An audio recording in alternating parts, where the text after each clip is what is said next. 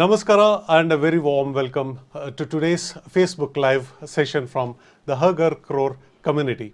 I'm your host, Shrisha, and today we continue our financial learning journey with a very special theme, numerical skills, the backbone of smart investing. Before we delve in, a quick reminder. The HGC mission is to help every household build at least 1 crore in wealth by 2047 through financial awareness, action and community learning. Each week we focus on a unique topic, and throughout a week you will get videos, tools and tips. We end every week with this live session. So let's get started. Please join me in welcoming our expert today, financial economist, mentor and founder of mqedu.in, Sri Mohan Krishnarao. Thank you, Shrisha. So, this week's theme is all about numerical skills. Even people with high income can struggle financially if they lack the basic money math skills. And why is that? Absolutely, Shrisha. This week is special because no matter how much money you earn, if you don't know how to calculate returns, compare investment options or understand the time value of money, you might be walking blindfolded into your financial decisions. And we have seen engineers, doctors and even math toppers fall for poor financial products because they didn't understand the money math. Oh, okay. Let's break it down for our viewers. What exactly are the numerical skills we covered this week? That's a good question, Shrisha. Here's the daily breakdown. Let me give a quick summary of what we have run in our Facebook community this week. In fact, Monday, we busted the myth, cool math equals money math.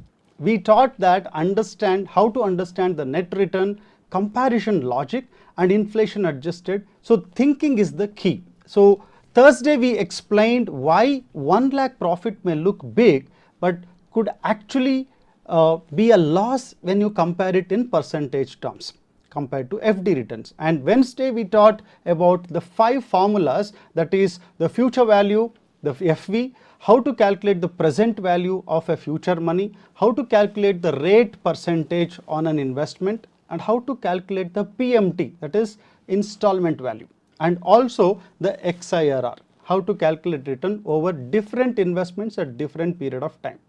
In fact, today on Thursday, we are talking about the compounding magic and how 1 lakh can become 64 lakhs in 30 years at 15%. And tomorrow, Friday, we will be covering the reverse logic, that is, if you want 1 crore, you just need to invest only 1.5 lakhs today if you stay for 30 years. And Saturday, we will be talking about comparing simple interest, compound interest and CAGR, helping members understand how to evaluate any financial product. And Sunday is a self-check checklist. So members could review if they have learned the core money math needed to grow their wealth. Okay, that was quite insightful. Thank you. Awesome, in fact. Can you also show us one live example using the Excel tool we shared in the group this week, please? In fact, that's the most interesting part of today's webinar, and let me show you the calculation on my screen. So normally, what exactly is the calculation that we do? Let's say, for example, I want to calculate my kids' education plan.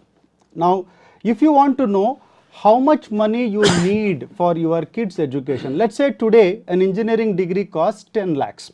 So I need to enter here future value calculation, that minus 10 lakhs, that is anything in present value is negative. So you need to put a negative value. So my son or daughter is, let's say 3 years and I need money when they are 18. So the difference is the period, 15 years. I expect a growth rate of about 12%. So today if I invest 10 lakhs, that is minus, that is going away from me, it will be at 12% after 15 years. I would require, if today whatever it costs for engineering or a medical, if I say it costs 10 lakhs, I actually require 54 lakhs adding to the inflation. So here it is at 12%. No, inflation is usually about 6%. So if you just change this, you will require today's value of 10 lakh, you actually require about 23 lakhs. This is my goal. So I need 23 lakhs when my child is 18-year-old. Now the question is, how do I calculate how much I should invest every month? Now if I have to get this 23 lakhs, what is the way to calculate this 23 lakhs, for which we will go to the present value. In fact, you can recollect, this is the tool, we have already shared it in our system, in our Facebook group also. So people can download this Excel sheet, simply replace the value. Future I need about 23 lakhs and I need it after 50 years. Now at 12% if this money grows, then all that I need is I have to start saving 45,000 rupees per month. Per month, okay. So instead of 23 lakhs, let's say I want 1 crore I want to achieve for my retirement fund. So 1 followed by 7 zeros. So for 1 crore at 12%, you just have to invest only 19,000 rupees per month. So if you can save 19 or roughly about 20,000 rupees per month for 15 years, even at 12%. In fact, instead of 12%, suppose if I am able to generate 15%, see the difference. You need only about 14,774 rupees and instead of 19,000 rupees. So this also changes if the rate of return is higher, the money required today to get this money of 1 crore will change. Same thing works for any goal. Basically, if I want a certain amount of money in future, all that I need to do is understand what is that today's value, what is the money required. Let's say retirement planning. Now you want to know, you want to get about 2 lakhs per month, regular income for yourself. 2 lakhs is actually 24 lakhs per month. 24 lakhs, even at 10% if you require, you need about 2.5 crores. Okay. Now 2.5 crores is present value. Now if you need this after 10 years, you need to calculate the future value. Future value, that also includes your inflation. Right. So at 6% inflation, usually a 10-year time it will be 1.7. Okay. So when we were kids, we used to use this logarithm tables Right. for calculating this compounding things in the school, that we used to apply that factor. Okay. So here the factor we don't have to do, there is an Excel sheet, so simply go there and replace the whole thing value. has been simplified for our users. Okay. So this is very important for us to know. Similarly, suppose I want to understand, I have invested a different period, different amount of money. Let's say 3 years back I invested in one particular stock market instrument. Sometimes I invested in mutual funds. Then I withdrawn 2 years back. Again I invested. So this is how to calculate this return. Okay. So that for that we have this XIRR calculation. So like this, there is an example what I am showing. So there is Mr. X and he has invested in HDFC mutual fund in February 3rd of 2010, 5 lakhs. So what is going away from you, you should put it in negative, Okay. minus 5 lakhs. Now he has withdrawn about 9 lakhs from this fund in the year 2014. So this 9 lakhs become positive. So 5 lakhs has grown to 9 lakhs. So he has withdrawn. So he invested once again in SBI mutual fund, let's say in 2012, 10 lakhs. Again he has withdrawn sometimes in 2015 and some amount 6 lakhs in 2015 and 1 lakh in 2022, 8 lakhs in 2023. So what is my total XIRR? If I just change the value, automatically it shows what is your average return that you have got for all your money over a period of time. So that is 8.63%. So this formula makes it simple. For different cash flows, whatever money that you invested, you withdrawn, you again added, you again withdrawn. This particularly happens with property. Right. So you invested in a property and you sold the property, again invested in another property, again sold another property. Now you if you have know, just accumulated lot you more just properties. have to know, it doesn't matter where you invested. You just have to know what is the amount and what is the money you got back. Whatever you goes that you invested, you put it in negative. Whatever you received, you put it in positive. It could be for last 10 years or 15 years or 20 years. This is particularly important because last week we talked about net worth. what is your net worth? Basically, it is your assets minus liability. So if you have to calculate how much returns you have made, as how you have built assets. So I have assets which is financial assets, which could be the investments in FDs, investment in mutual funds, stocks. I have investments in non-financial assets. To calculate all these things, and basically here what we are trying to do in this initiative, that is XIRR Crore, is educating people on money quotient. Okay. So we tell them check your money quotient, and for you to check your money quotient, you can go to our mqedu.in and take the test to understand what is your money quotient level. Is it low? Is it high? Is it okay? What exactly? For which you actually need to enter your real return. There are 5 questions that are asked. So the question is like, what is your financial returns on all your investments on your financial assets? Right. Now, how do you calculate? It could be 10%, 12%, 8%. So if you have scored anything less than 15% on financial assets, you will get lower score. And these are all real returns. So you need to actually be very serious about calculating these things. Then you will, now no one can actually cheat you if you know how to calculate the returns. Exactly. People can give any big numbers. Sir, I bought this property for just 50,000 rupees. Today it is going for 1.2 crores. But it would have taken 45 years. Yes, exactly. But if you put that in this calculation, you will know that the return is hardly 9% or 9.5% CAGR per year. Probably had you invested in stock market, you could have made that 1 crore into 5 crores. The same 50,000 rupees 40 years back.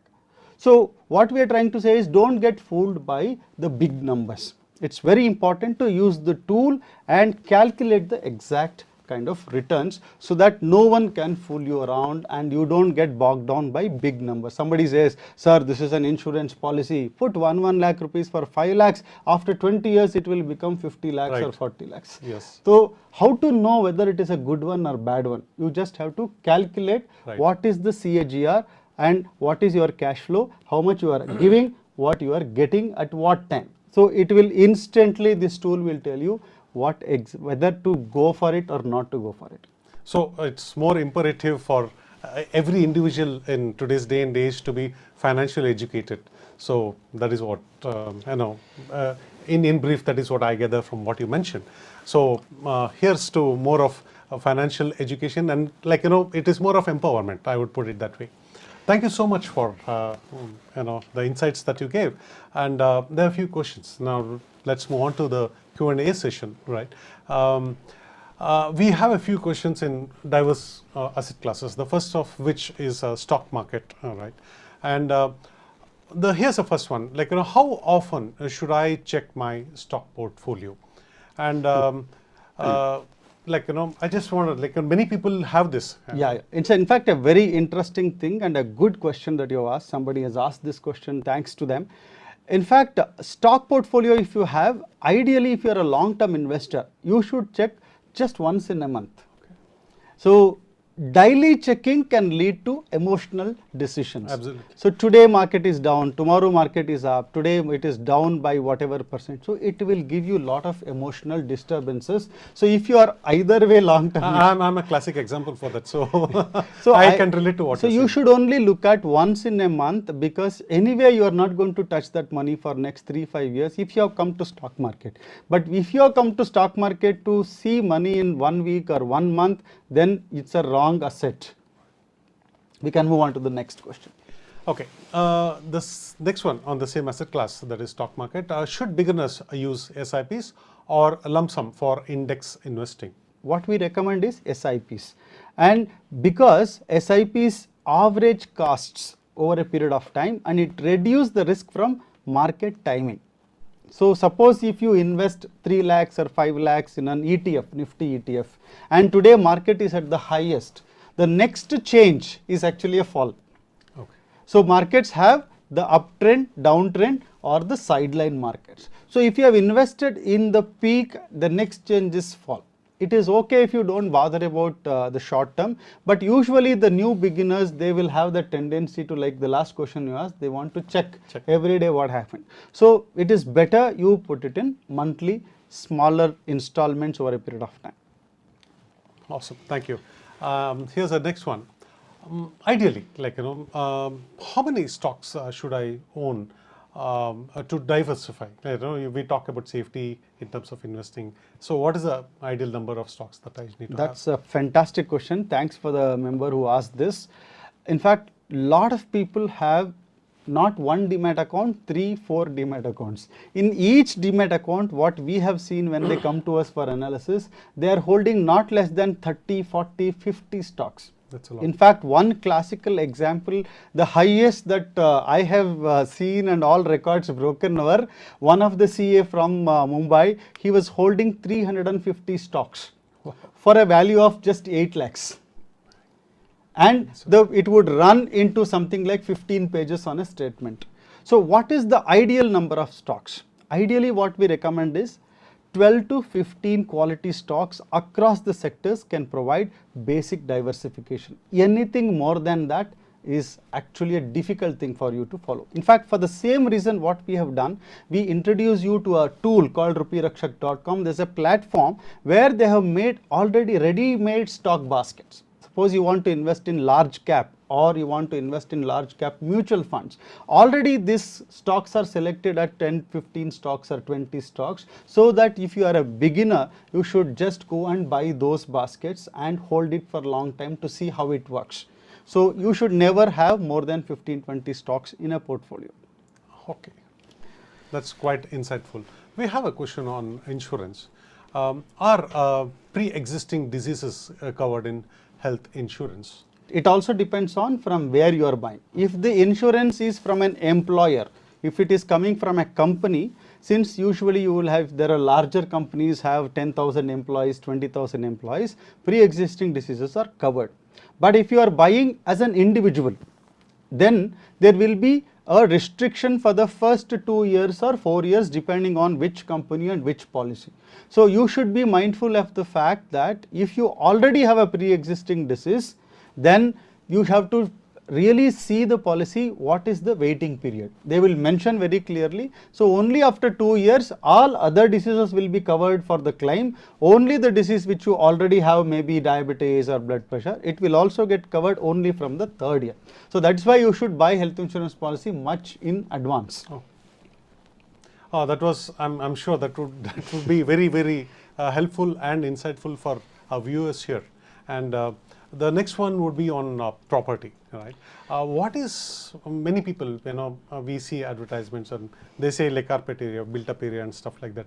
But what is the difference between a carpet area and a built up area? What is it, super built up area that they keep talking about? These are very simple things, but like you said, it's very confusing. The carpet area is usable area, means wherever you can walk and sit, that area is the usable area. Built up is carpet plus walls, and super built up is carpet plus walls plus common areas. So like you have the balconies, then you have the staircase, then you have the entrance, that parking area. These are all the common areas. So when you are buying a property, you are actually buying everything. So you are not buying only for the apartment complexes. Absolutely. So when you are buying, you need to check very clearly what is the carpet area and what is the built up area and what is the super built up area. Okay, awesome.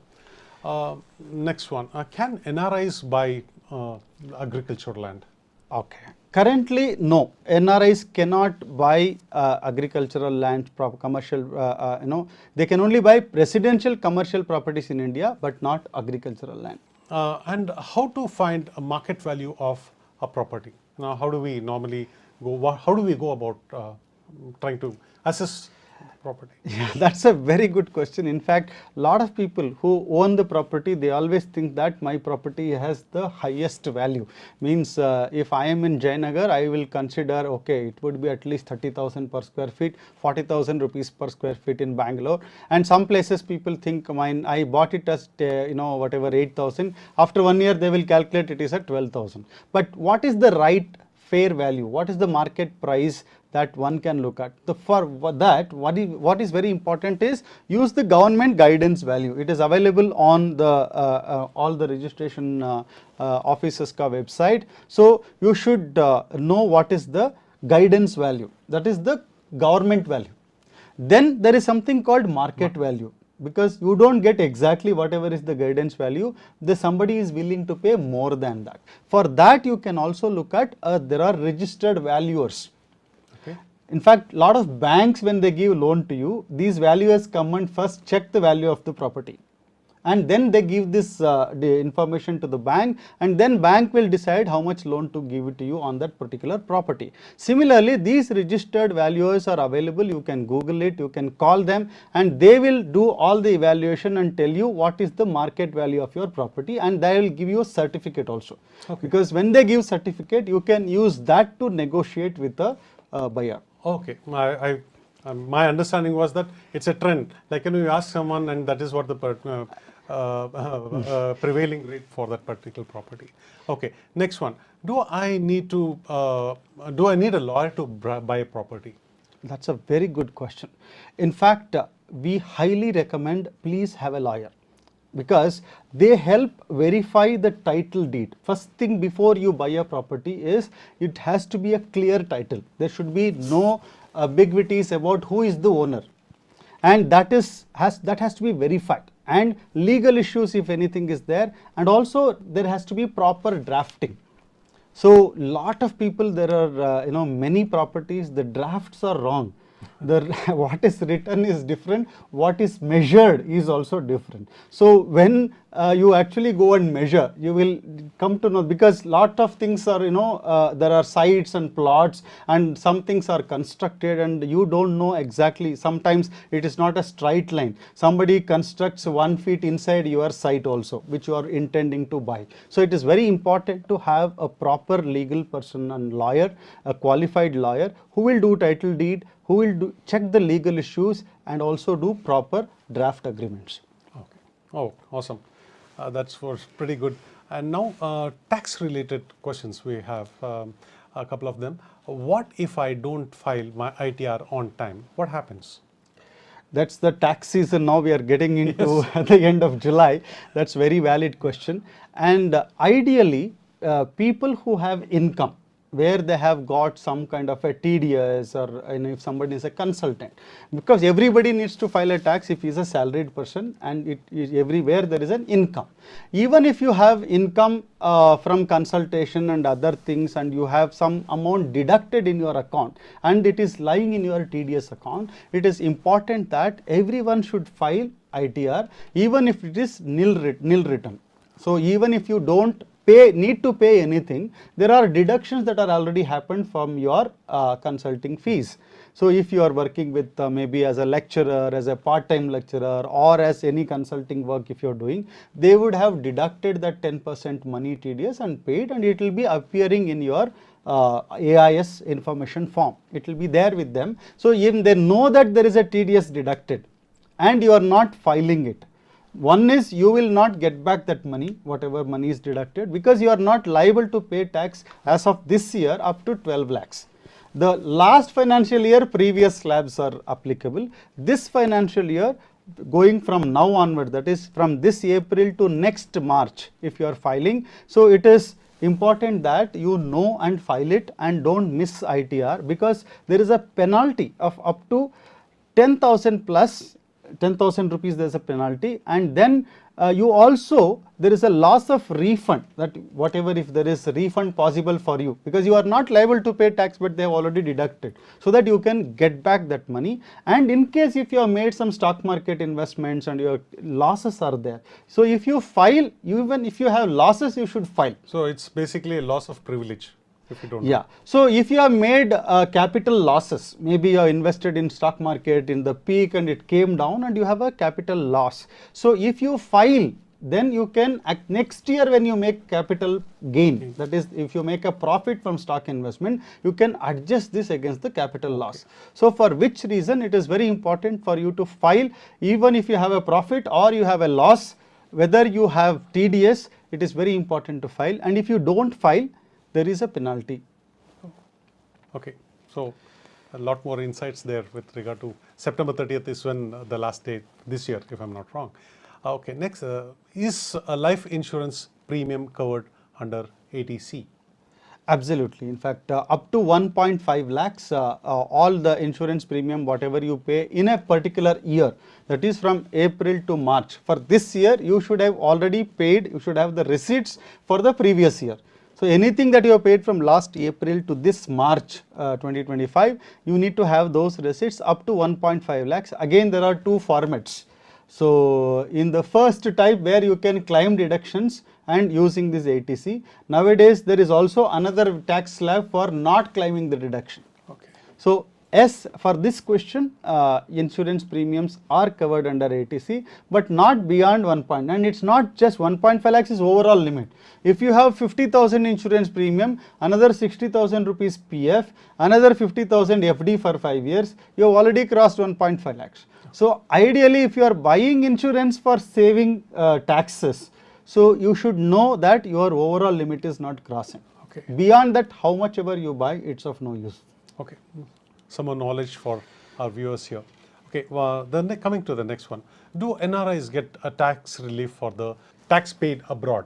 Okay, so basically you're asking me, I am working outside like Dubai or somewhere, right, or in US, and I have paid already tax there. So will I get any kind of a relief? Yep. So first and foremost, NRIs are not taxed. Any income outside India is not taxed, and if you have already paid tax there and you are also need to pay taxes in India, you will get a relief via DTAA, that is double taxation treaty is there. With whichever countries that treaty is there, double tax avoidance agreement. So based on that, you can claim for the taxes paid already outside India. If you have to pay taxes in India also, you can adjust that, saying that proof that already I have paid and I need an exemption. Okay, awesome. And moving on to the mutual funds, another few questions here. How to choose the right mutual fund, and how do I make sure that I'm not wrong in my choice? See, basically you should know mutual fund is an investment vehicle. It is meant for you to achieve your goals. Like I was saying, I need to achieve my retirement corpus. I want to achieve education fund for my kids when they are ready for getting into the college, or I need to plan for emergencies, or for any of the specific goals. So first thing is your mutual fund should help you achieve the goal. So first thing is the goal. Then you should know your risk profile. What are you willing to risk? If you want low risk, then you can go for debt mutual funds, and if you want a medium risk, you can go for hybrid mutual funds which invest both in stock market as well as in fixed income instruments. And if you are okay to get high returns and okay for the volatility, then your risk profile is aggressive, where you can go for equity mutual funds. So it is important that also the time frame.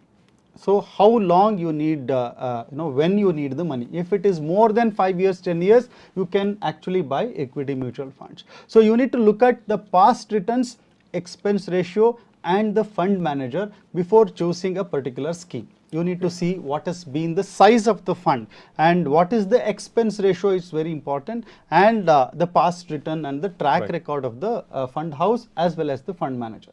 Based on this, and it has to, very importantly, irrespective of the fund house that you choose, it has to match your goal.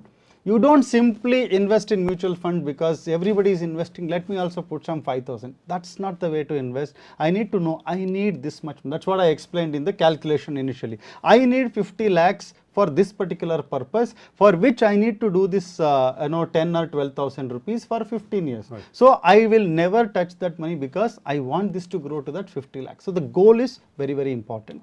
Then your risk profile, time frame and past returns of the fund that you have selected, expense ratio and the fund manager.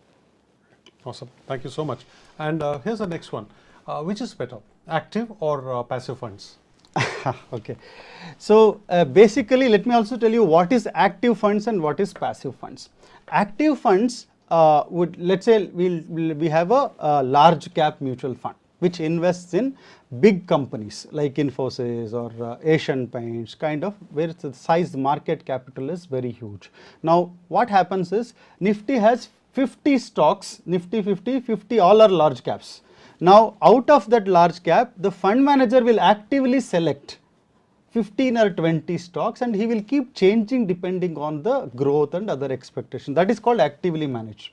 Now instead of choosing anything, If I just invest as it is from Nifty 50 stocks in whatever weightages it is there in the Nifty, that is called passive, because there is no work for the fund manager. He just picks up the Nifty 50, whichever stock has 15%, he will put your money also 15%. Right. If there is 100 crore that is collected, if every time the new money is collected, he will simply mimic the Nifty 50, the same stock, same amount of money out of 100 rupees. So that way it is passive. Now passive funds, or which one is better? The question is whether the active is better or passive is better. The passive funds only give you the Nifty, the index returns.